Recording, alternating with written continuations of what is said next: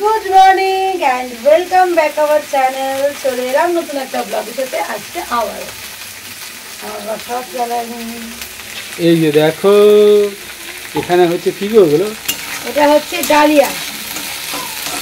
হ্যাঁ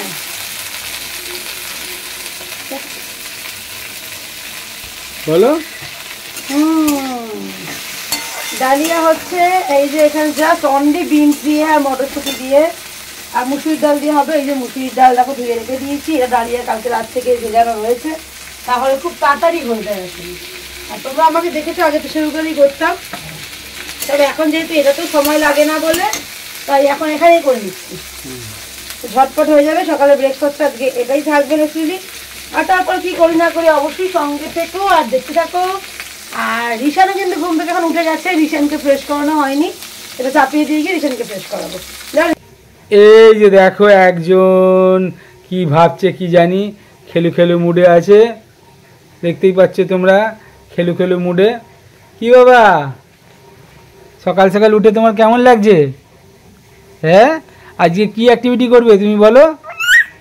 ইয়া আর আর আর উলট পালট বসবে, দাঁড়াবে, কি অ্যাক্টিভিটি হবে বলো তুমি? সবাইকে গুড মর্নিং আগে বলো, সবাইকে আগে গুড মর্নিং বলে দাও। এ মা এত বড় ছেলে হয়ে গেছে গুড মর্নিং বলতে পারে না, তুমি কি বলবে?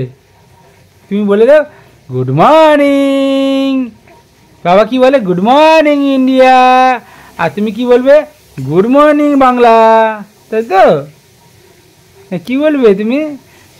হ্যাঁ তুমি যদি বলো নাহলে লোকে কি জানবে, তাই না? বলে এইটুকু এত বড় ছেলে হয়ে গেছে এখন কিচ্ছু বলতে পারছে না, তাই না? তুমি একটু আওয়াজ, হ্যাঁ একটু আওয়াজ দিয়ে বলে দাও।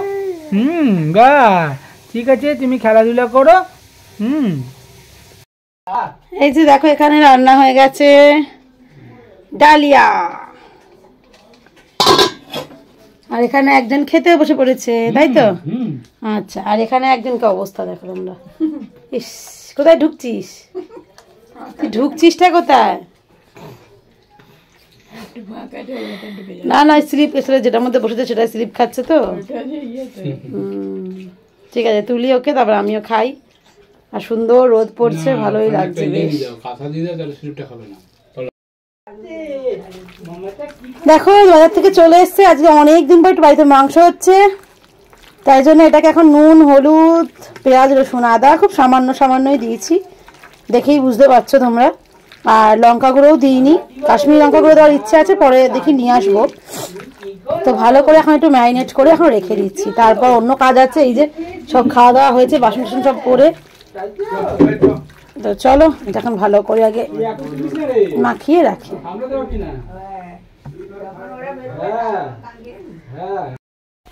এই যে ব্রেকফাস্টের পর আমরা তখন তোমাকে দেখলে মাংস ম্যারিনেট করলাম, বলেছিলাম বেরোবো, অবশ্যই একটা কাজে বেরিয়েছিলাম, সেই কাজটা কমপ্লিট হয়ে গেছে, বাড়ি চলে এসেছি।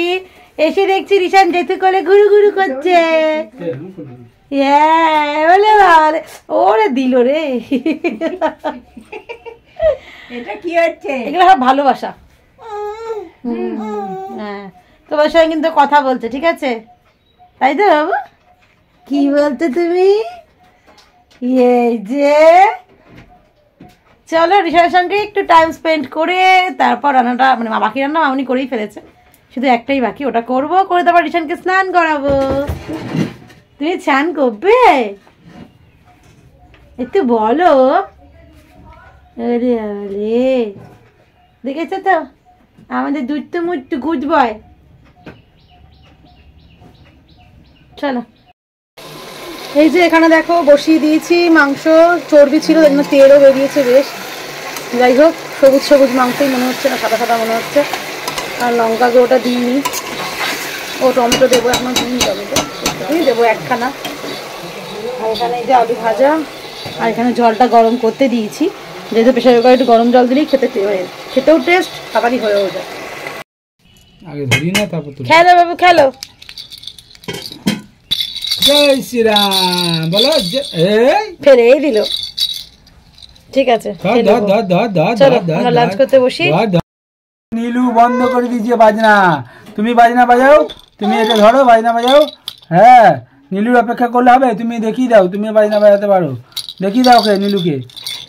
হ্যাঁ বাজিয়ে দাও, তুমি বাজাও ওটা করে। হ্যাঁ তোমাকে শিখতে হবে। হ্যাঁ আবার ওটা খাই, ওটা বাজনা বাজানোর জন্যে তুমি নীলুকে দেখিয়ে দাও যে তুমি বাজনা পারো, তুমি দেখিয়ে দাও তো বাবা। হ্যাঁ এই তো এই তো এই তো, বাহ বাহ, হাতে ধরে বাজাও, হাতে ধরে। হ্যাঁ এরকম ধরো, গ্রিপে ধরো। হ্যাঁ খাই না, বাজাও, নীলুকে দেখিয়ে দাও। হ্যাঁ এই দেখো। হ্যাঁ কি বলো নীলু, নীলু পারবে?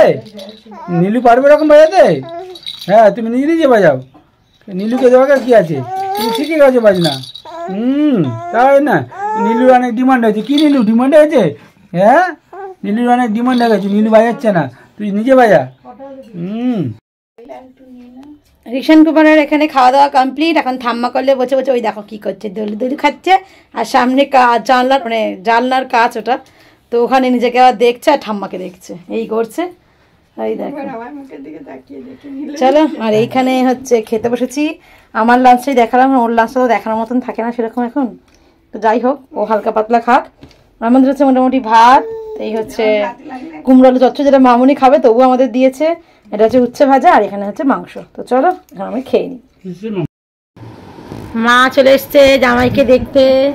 এই জামাই আপাতত এখানে শুয়ে আছে, যাদের নাতিও শুয়ে আছে। আমার মা আজকে ইতিহাস রচনা করে দিল, তাই তো? আর একা একা চলে এসছে।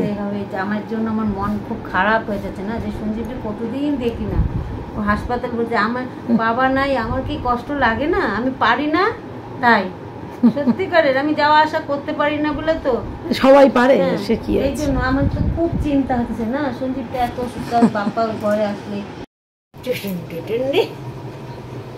তো কোমরে ব্যথা, তোমার তোমার দিদুনে, আরে কোমরটা কি সোনা কি করছিস? ও সোনা ওই দেখো মা কি বলছে।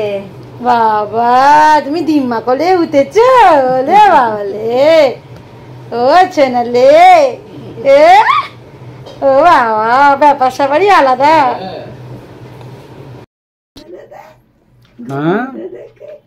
অনেকক্ষণ টাইম হয়ে গেছে সন্ধ্যের পর, এখন রাতে ডিনারটা করতে বসেছি। ভাত আর মাংস। ও খাও বাবা। আর বর খেলো কি ভেন্ডি আর রুটি। কি কষ্ট বাবা। যাই হোক আমি খাচ্ছি। আর ঋষান কি করছে একবার দেখাও। দেখাচ্ছি। এই যে বাবা আমার কি করে, খেলি খেলি করে। কখন ঘুমাবে বাবা আমার? কখন ঘুমাবে? ঘুমতে ইচ্ছে করে না, সারা রাত খেলবে। কি শিবরাত্রি চলছে বাবা? হ্যাঁ আবার বলে হ্যাঁ স্বয়ম্ভূ তো আমি, তাই না? বলো আমার অকেশন আসছে এখন, তাই তো? হ্যাঁ সবাই জল ঢালবে মাথায়, তাই না? সারা রাত জাগলে হবে না বাবা, ঘুমাতে হবে। হ্যাঁ ঠাম্মা ঘুমাবে না, সবাই ঘুমাবে না। ঠিক আছে। তাহলে আমি এখানে গুড নাইট বলে দিই, দেবো? বলো বলো গুড নাইট, গুড নাইট বলে দাও সবাইকে। এখনই এত গরম পড়ে গেছে, পাখা ছাড়া থাকতেই পারা যাচ্ছে না, তাই জন্য পাখাটা উপরে চলছে। আর আমার রাতে ডিনার কমপ্লিট। চলে এসলাম ব্লগের একদম অন্তিম পর্বে বলতে পারো, মানে শেষের দিকে।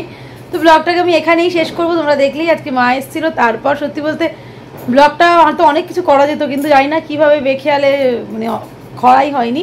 কারণ তারপর মাকে আমি একটু এগোতে গেছিলাম, পিসি এসেছিলো, অনেক গল্প হলো, কোনো কিছুই আর খেয়াল ছিল না। সে শরীরটা প্রচণ্ড উইক লাগছিলো, তার জন্য আর হয়তো সেই এনার্জিটা পাইনি। আর আমাদের ইতিহাসে অ্যাটলিস্ট প্রথম যে আমার মা আজকে আমাদের বাড়িতে ফার্স্ট টাইম এসছে। 10 বছর বিয়ে হয়েছে, 10 বছরে এই প্রথম মা একা। এতদিন ধরে বাবার সাথে আসতো আর কি। বাবা চলে যাওয়ার পর থেকে বৌদির সাথে আসে। বৌদি আজকে একটু অসুবিধে আছে, আর মারও আজকে খুব মন চেয়েছে না, আসলে ওকে দেখা হয়নি, মার অনেক দিন ধরে দেখেনি। মানে নাতি তো আছেই, তার ওপর জামাইয়ের এখন যেহেতু শরীরটা একটু বেশি ভালো না, তাই জন্যই। তো যাই হোক ফাইনালি মা সাহস করে এসেছিলো, এটাই হচ্ছে বড় পাওয়া। তাই আমি আবার একটু উঠিয়ে দিয়ে এলাম, যাতে ঠিকঠাক মা সেফলি বাড়ি পৌঁছে যায়, কারণ ওটাও একটা বড় টেনশন থাকে না হলে। চলো এর সাথে আজকের ব্লগটা এখানেই শেষ করছি। আগামীকাল আসছি নতুন একটা ব্লগের সাথে। তো এখনকার জন্য ফার্স্ট টাটা, গুড নাইট। যদি এই ব্লগটা তোমাদের ভালো লেগে থাকে তাহলে প্লিজ লাইক, কমেন্ট, শেয়ার, আর যারা এখনো সাবস্ক্রাইব করোনি তারা প্লিজ সাবস্ক্রাইব করে দিও।